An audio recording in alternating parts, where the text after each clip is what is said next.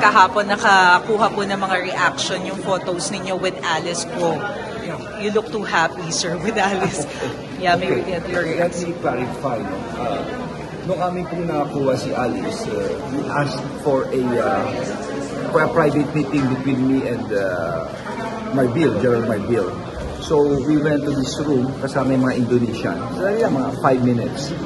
So sinasabi niya sa akin that meron daw threat sa kanyang buhay. Ang ginawa ni Chief Marbil, nire-record niya. Sabi niya, can I have it recorded? Kasi importante ma-record, baka mamaya kung sensitive pa kung may mangyari man o ano. So ayaw ni Alice. At that point, para may kumuha ng picture to have it documented. So we looked at the camera, tumingin kami. Siyempre, pag tingin ng ganyan, di naman ako anong ginagawa nito, ay nagpapakit pala, di ba?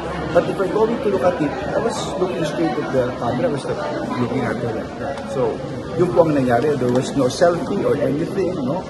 It should really be like that. No? Talagang selfie is selfie, no? But,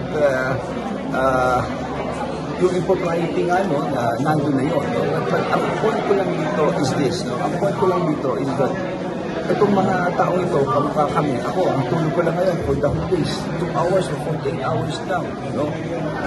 There are things that, nandiyan ka, nakatayo ka, may papakuha sila ng picture, o may kumira ng picture, hindi mo na alam eh. Kamukha na, ba't daw nagkakamay? Eh, kinakamay ako yung Indonesian police. Nagpapasalamat ako sa Indonesian police eh.